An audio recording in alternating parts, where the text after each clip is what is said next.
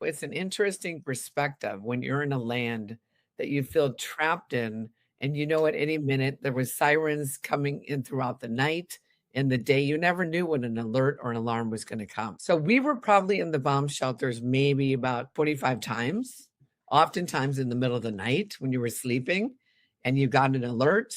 You heard, the sound, you went into the bomb shelter. Usually you were in there for about 15 minutes. Then your phone gave you, a notice saying that you could leave, it was safe. So that's the way the people were living and are living over in Israel. And that's the way we were living when we were there. So, A question about the families and communities. I mean, you're there 22 days, 25 times you have to respond to a bomb shelter. I would think that you would begin to have PTSD, from having to go, wow, am I going to get sleep tonight, or I'm going to have to run for my life and have 2 minutes to get it done, because you never know what's going to get through. But the people living there day after day, year after year, how do they take this in stride? How do they cope with that true, death on the doorstep, depending on what the other side's, decides to do? How do they cope? well, many of the Jewish families, there's a lot of Messianic believers. We were around a lot of the Jewish Messianic believers. Messianic means that they accepted Jesus as their Messiah or Mashiach. In fact, it was interesting. I'll get to that question in a minute. I was at a home of a couple that had actually moved over from California. See, during 1967, when the 6-Day War happened, basically what happened, the Jesus movement broke out here in Southern California. I've been working on a film called The Prodigal about that. Lonnie Frisbee and the whole Jesus movement. There was a film a couple years ago that came out called The Jesus Revolution, but that was more about Greg Laurie, even though Lonnie was in there. But during 1967, there was a movement that shifted in Israel, and the Jesus movement happened in Israel. And in fact, many people, Dr. Bill, that were affected by the Jesus movement moved over to Israel. And this one couple, we were in their house, they were doing a worship gathering. Dr. Scott, Young had interviewed me. I went into the office of this particular man and wife who lived there because I said, well, I have an interview at whatever. And he said, no problem. Just go into the other room and set it up. So I'm being interviewed by Dr. Scott Young. And we're at the end of the interview when a siren goes off. And it was right on camera. It was amazing. And that was shown on Elijah Streams that gets into they, I think, have 200,000 people that watch their shows. So he talked about it happening because it seemed like God has a sense of humor in a way, because God loves drama. I mean, look at him. He brings the children of Israel out of Egypt. They come right up to the Red Sea. He doesn't open up the Red Sea like a mile away. He waits until they're right at the door. And then he says, Moses, raise the staff.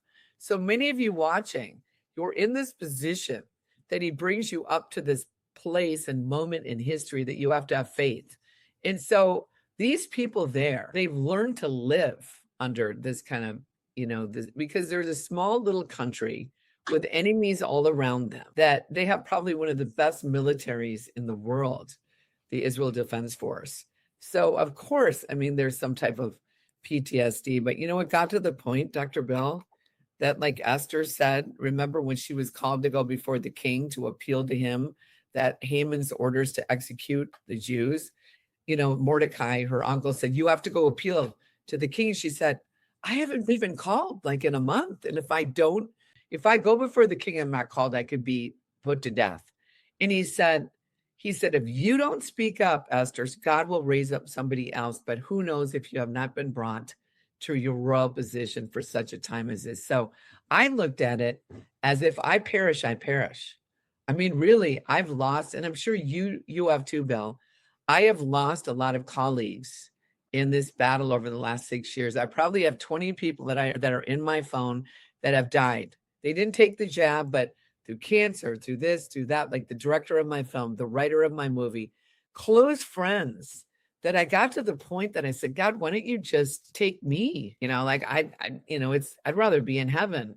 And you know what I heard the Lord say to me, Dr. Bill? He said, stay the course, hold the line. And so that's what I feel that he's saying to you watching today, is that we have to stay the course. God's given me a prophetic rhyme right now. That's what he does when I get into the anointing. I hear him say, I want you to stay the course because God is your source. And I'm releasing a horse that you're going to ride and you're going to bring, the Lord said, the fellowship of the ring to the world for them to see that this will be the greatest show of God in all of history.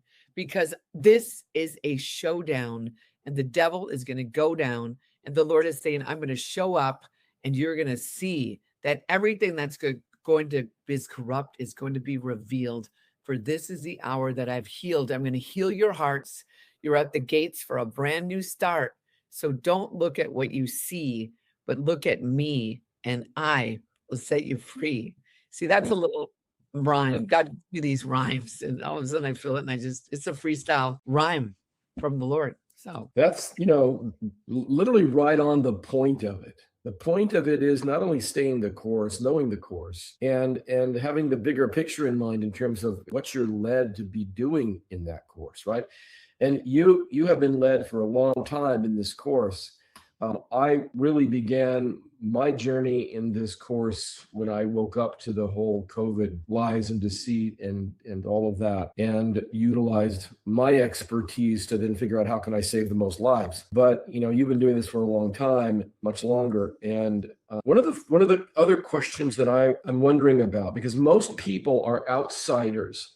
They're not insiders. They're not from there. Okay. What would you say is the biggest misunderstanding if you're standing out here in the US looking over there going, how does that affect me? Right? Because a lot of them look at that way. What would you say is the biggest misunderstanding that people need to get clear on here about this war and the bigger picture of what's going on? well, first of all, it's interesting when you go into Israel, when you go to Israel.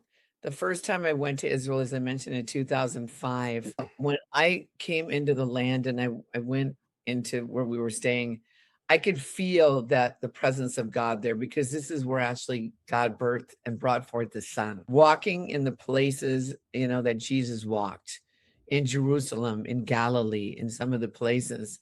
And Jesus literally turned over tables. I mean, Jesus was there. He wasn't there. He wasn't there just to make peace. He came, he said, I didn't come to bring peace, but a sword. So the enemy hates the land. He hates the people. And I know, of course, that, about the Balfour Declaration. And I know the Rothschilds. I know all of that stuff. Israel became a nation in 1948. But I love what one of my friends, Johnny Enlow, says. Regardless, God brought the people back to their land. It's a prophetic word in the Bible that God was going to bring the people back to their land. So they're in the land. And you see how many of the Jewish families that they will celebrate the Shabbat on Saturday from Friday evening till Saturday evening. They don't do any work. Many of them don't answer phones. They totally step aside and stay with their family, honor God, and have a Shabbat meal. And it really has they honor their women, they honor their children.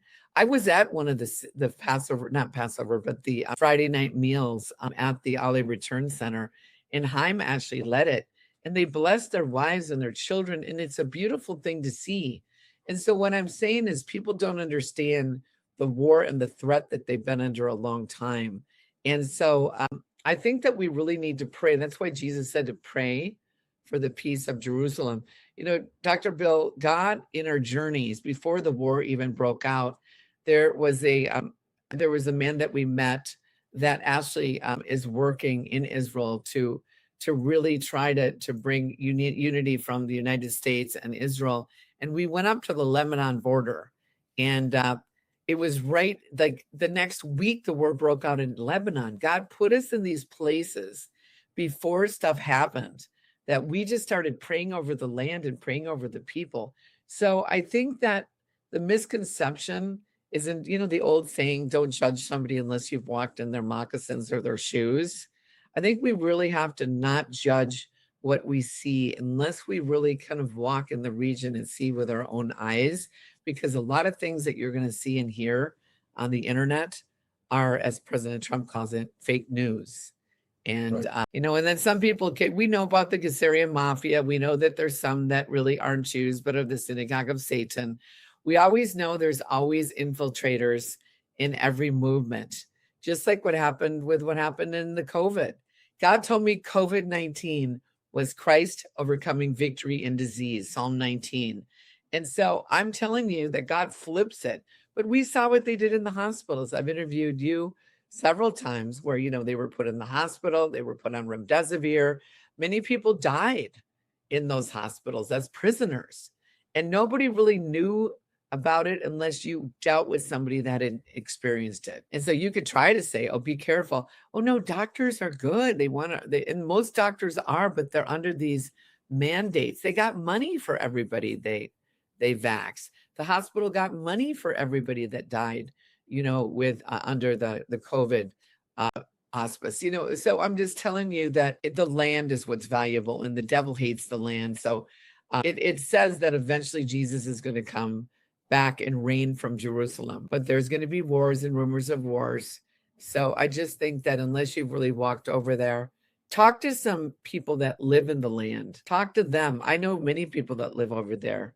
I'm telling you, they're under threat all the time. And, for many years, Dr. Bill, they've lived in peace in the old cities, the Muslims and the Palestinians. There's many areas that they've lived in peace.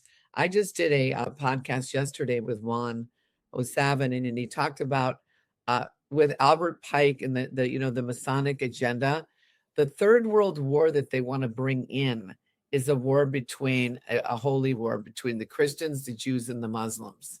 And that's what they're trying to incite right now,